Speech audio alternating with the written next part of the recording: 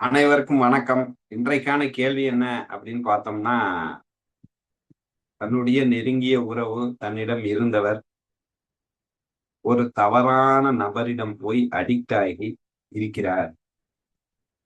அதை பார்க்கும்போது வேதனையும் கஷ்டமும் பட்டால் அது அன்பா அப்படின்னு ஒரு கேள்வி. இவங்க கேள்விக்கு என்ன பதில் அப்படின்னா, அதாவது என் கூட ஒருத்தர் மிகவும் நெருங்கி பழகுறார். ஆனா நம்ம என்ன பண்றோம்? அவர் இன்னொருத்தருடன் அடிக்ட் ஆயிடுறார். அவர் தவறான நபர்ன்னு என்னுடைய பாயிண்ட் ஆஃப் வியூல தெரியுது. அத நினைக்கும்போது எனக்கு வருத்தம் வருமா? அப்படின்னு ஒரு கேள்வி. அதாவது ஞானம் அப்படின்னா, விருப்பு வெறுப்பு அற்ற தன்மை, ஃப்ரெண்ட்லி மேட்ச், டெத் மேட்ச்சும், அனைத்தும் மாயை, அனைத்தும் பரபிரமும். எந்த வகையில பார்த்தாலும் இங்கே வருத்தப்படுவதற்கு ஒன்றுமே இல்லை.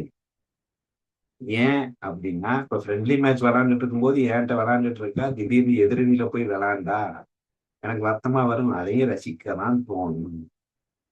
அப்போ இங்க பிரச்சனை என்னன்னா, இந்த நான் எனது அப்படின்னு ஒரு அகங்காரம் இருந்தால் வருத்தம் இருக்கும். 2வது ஜட்ஜ் பண்றேன்ல, அவன் தவறானவன், அவன் மோசமானவன், அவன் கேவலமானவன். இந்த ஜட்ஜ்மெண்ட்டும் அகங்காரத்துல இருந்து தான் வருது. அப்ப 2மே எங்க இருந்து வருது? நான் அடிக்ஷன்ல இருந்தா வருத்தம் வரும். 2வது ஜட்ஜ் பண்றேன். அவன் தவறானவன். ஆதலால் இவள் கஷ்டப்படுவாள்ன்னு நினைப்பதும் அகங்காரம். இத தாட்டி ஜமகத்துல ரொம்ப தெளிவா சொல்லியிருக்கு. ஞானதேவர் இவங்கெல்லாம் இப்படி இருக்கிறாங்களே அப்படின்னு தான் அவர் கஷ்டப்படுறாரு. அதுக்குதான் முக்தாபாய் அவ்வளோ பெரிய இது. நீ ஏன் கஷ்டப்படுற? அப்ப நீ மட்டும் தான் ஞானியா? அவர்கள் ஞானி இல்லையா? நீ கஷ்டப்படுவது தவறு அப்படிங்கிறதான் மொத்த தாட்டிங்க. அது உன்னுடைய அபிமானம். உன்னிடம் சகிப்புத்தன்மை இல்லை. அதன் விளைவு அபிமானம் தான் இந்த ஜட்ஜ் பண்றது. அவன் தவறு, இவள் கஷ்டப்படுவாள் அப்படின்னு நினைப்பது.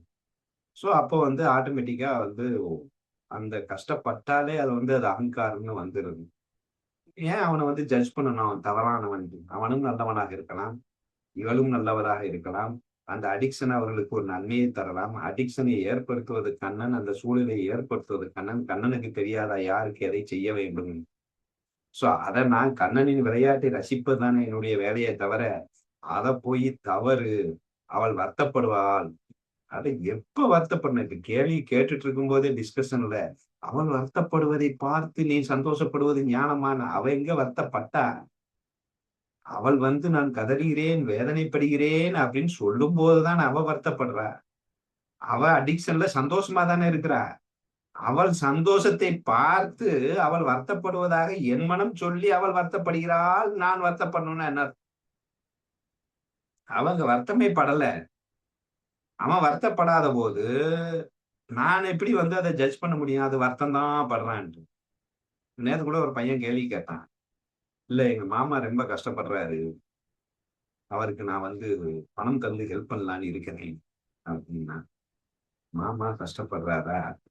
அவர் ஒரு கஷ்டப்படுறாருன்னு உன்ட்ட சொன்னாரா? இல்ல கஷ்டப்படுறேன்ட்டு அவர் ஃபீல் பண்றாரா? இல்ல அவர் கஷ்டப்படுற மாதிரியே ஃபீலும் பண்ணல. அவர் கஷ்டப்படுவதாக எனக்கு சொல்லவும் இல்ல. இருந்தாலும் அவங்க கஷ்டம் தான் படுறாங்க. எனக்கு தெரியுது. அதனால நான் தெரியுதுல்ல அவங்க கஷ்டப்படுறாங்கன்ட்டு. சோ அதனால நான் ஹெல்ப் பண்ணலான்னு இருக்கேன். அவன் கஷ்டப்படலன்னு அவனும் ஃபீல் பண்ணல. அவன் உன்ட்ட கஷ்டப்படுறேன்னு சொல்லவும் இல்ல. இப்ப நீ போய் ஹெல்ப் பண்ணலன்னா அவன் ஹர்ட் ஆகுமா? ஹர்ட் ஆகாதா? என்ன நம்ம கஷ்டப்படுறோம்ன்னு சொன்னோமா? நம்ம என்ன இவன்ட்ட கேட்டோமா? இவன் நமக்கு என்ன ஹெல்ப் பண்றான் அப்படின்னு. அப்ப நம்மள எவ்வளவு கேவலமா நான் வேதனையில், துன்பத்தில், கீழ்நிலையில் இருப்பதாக அல்லவா நினைத்து இவன் எனக்கு உதவி செய்ய வருகிறான்னு அவன் கஷ்டப்படுவான்லப்பா அப்படின்னு. ஆமா அப்படின்னு. அப்போ அவன் கஷ்டப்படுவான்ங்கிறது என்னுடைய பாயிண்ட் ஆஃப் வியூ. அததான் தாட்டிஜில முக்தாபாய் சொல்றா. அவன்லாம் சந்தோஷமா தானே இருக்கிறான். அப்போ குரோதம் எதுல? அசுர லட்சணத்துல குரோதத்துல என்ன சொன்னாரு? அடுத்தவனின் சந்தோஷத்தை பார்த்து உனக்கு வருத்தம் வந்தா அதுக்கு பேரு குரோதம்னு சொன்னான். அடுத்தவனின் நல்ல விதமான சந்தோஷம், கெட்ட விதமான சந்தோஷம்னு இன்னும் சொல்லல. அவர் தான் சொன்னார்ல ஐஸ்வர்யம், வித்தை. அத வச்சுட்டு அவன் ஈகோல கூட சந்தோஷமா இருக்கலாம். அவன் அந்த ஈகோல சந்தோஷமா இருக்கிறான் சொல்றது ஈகோ தான். அவ சந்தோஷமா இருக்கிறாப்பா. சந்தோஷத்தை பார்த்து சந்தோஷம் தானே படணும். சந்தோஷத்தை பார்த்து இல்ல இல்ல இது அறியாமையில் இருக்கிறாள், இவள் ஈகோவில் இருக்கிறாள், இவள் நாளைக்கு கஷ்டப்படுவாள் அப்படின்னு நினைப்பதே ஒரு விதம் அகங்காரமாக விடுகிறது. இப்போ சின்ன குழந்தை இருக்கு, ஒரு 2, 3 வயசு குழந்தை, அப்படியே கிக்கி கிக்கின்னு சிரிக்குது. நீ ஹே அப்படின்னு சொன்னவனும் இதுக்கெல்லாம் அவன் சந்தோஷப்படுவது? அஹ்? பரபிரம்மத்தை நினைக்காமல் சந்தோஷப்படுவது அகங்காரம் அல்லவா? அடிக்ஷன் அல்லவா? இந்த குழந்தை அறியாமையில் அடிக்ஷன் இருக்கிறதே அப்படின்னு வருத்தமா பட்டோம். அவளின் சந்தோஷத்தை பார்த்து நாம் சந்தோஷப்படுகின்றோம். இன்ஃபேக்ட் அவளின் வருத்தத்தை பார்த்தே சந்தோஷம். இந்த குழந்தை அழுகுது, அடம் பிடிக்குது, சீண்டுறோம். அதை பார்த்தும் சந்தோஷம் தான் படுறான். ஏன்னா அது மாயை தானே. மாயை எதுக்கு கொடுத்தான்? நான் ஆனந்தப்படுவதுக்கு தானே கொடுத்தான். அந்த ஆனந்தத்துல வேணா அந்த வருத்தமும் ஒரு ஆனந்தத்தை கொண்டு வந்துக்கலாம். ஆனால் அவள் வருத்தப்படும் போதுதானே அந்த விஷயம். அங்கே வருத்தமே இல்லையே. அது ஏன் புரியல? இருவரும் சந்தோஷமாக ஆனந்தமாக இருக்கிறாங்க. ஆஹா இவங்க அடிக்ஷன்ல இருக்கிறாங்க. இது ஒரு பெரிய ஒரு கன்ஃபியூஷன். இந்த லௌகீகம் எடுத்தாலும் சரி, ஞானத்துல எடுத்தாலும் சரி. இப்ப 2 பேரும் கல்யாணம் ஆகாம ஒன்னா இருந்து லவ் பண்ணி கலவியல்ல இருந்தாங்கன்னா, ஐயோ அடிக்ஷன்ல இருக்கிறாங்க, அவ்வளவுதான் அப்படின்னு மனசெல்லாம் பதறுது. அதே 2 பேருக்கும் இவனுங்களே கல்யாணம் பண்ணுவானுங்க, இவனுங்களே ஹனிமூனுக்கு டிக்கெட் எடுத்து தருவானுங்க, கலவிக்கு போன்னு.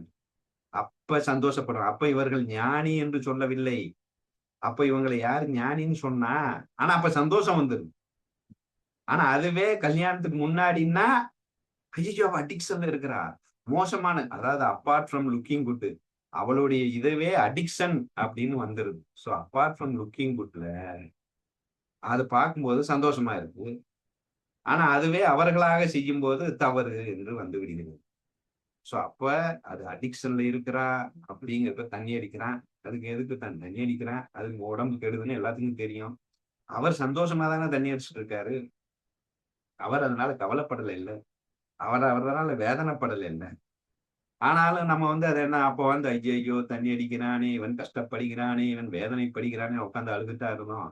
ஓகே அவனுக்கு அப்படி வந்திருக்கு. ஏன் இன்ஃபேக்ட் அவனுக்கு தண்ணி அடிச்சா ஞானம் வர்ற மாதிரி கூட கண்ணை செட் பண்ணிருக்கலாம்ல.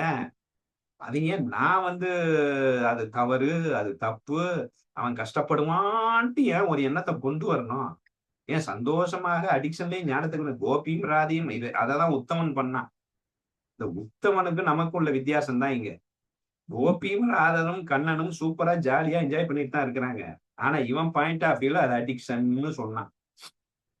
கோபிகள் வேதனைப்படுகிறார்கள்னு சொன்னான். கோபியும் ராதியும் கஷ்டப்படுகிறார்கள், கண்ணா நீயும் கஷ்டப்படுகிறாயே, இது அடிக்ஷன் அல்லவா, வேதனை அல்லவா அப்படின்னு உத்தமன் சொன்னான். அப்போ உத்தமன் சொன்னது அகங்காரம் தானே. அதை தானே ப்ரூஃப் பண்றான். அது அடிக்ஷன் இல்ல, அது ஒரு வே ஆஃப் ப்ராசஸ். இப்போ அதே மாதிரி கண்ணன் ஒருத்தரை ஒரு வே ஆஃப் ப்ராசஸ்ல கொண்டு போறான். அது வந்து அது அடிக்ஷனாக இருக்கட்டும், இல்ல அது தவறான நபராக இருக்கு. என் பாயிண்ட் ஆஃப் வியூல அவளுக்கு பொறுத்த வரைக்கும் நல்லவ தானே இருக்கிறா. நீங்க நேத்து கூட ஒரு மெசேஜ் வந்தது. என்ன மெசேஜ்னா, கணவன் கெட்டவன் என்று எல்லோரும் சொல்லுகிறார்கள். ஆனா இவள் அவ பிரிஞ்சு வீட்டுக்கு வந்திருக்கா, அம்மா வீட்டுக்கு. ஆனா கணவன் எல்லோரும் நல்லவன் கெட்டவன் அப்படின்னு ப்ரூஃப் எல்லாம் பண்றாங்க.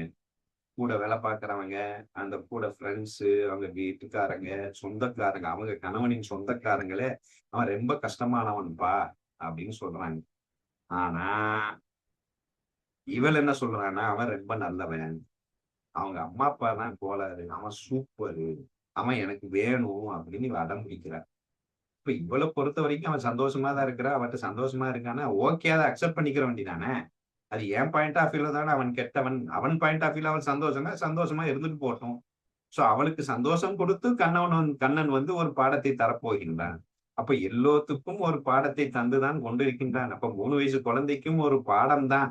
அந்த குழந்தை சிரிக்கிறது அறியாமையில் என்றால் அது ஒரு லெசன், அது ஒரு அனுபவம். அதை எங்கேயோ அவளை வந்து எல்லோரும் ஞானத்தை நோக்கி தான் சென்று கொண்டிருக்கிறார்கள். அது வழி வெவ்வேறாக இருக்கிறது.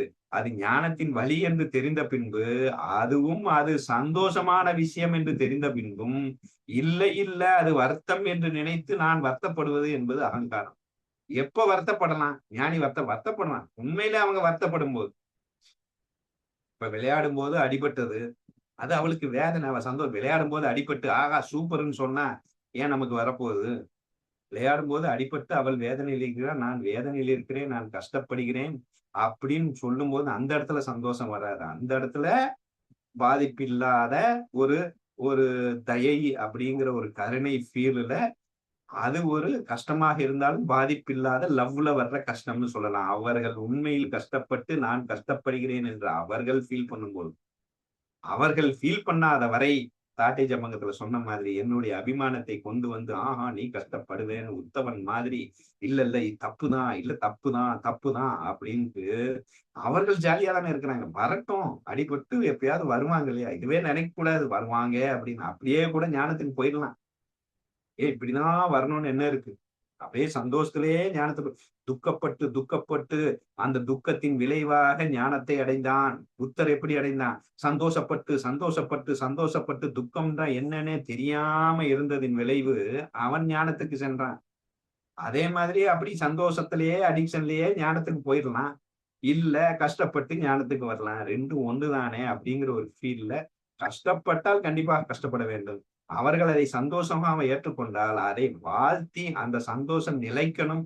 அந்த சந்தோஷம் அவர்களுக்கு ஞானமும், பேரானந்தத்தை தர வேண்டும் என்று சந்தோஷமாக வாழ்த்த வேண்டும். அதுதான் அன்பே ஒழிய, அது தவறானவன், இவள் கஷ்டப்படுவாள் என்று முன்கூட்டியே நான் கணித்து வருத்தப்படுவது என்பது அகங்காரமாகிவிடும் அப்படிங்கிறது என்னுடைய பதில்.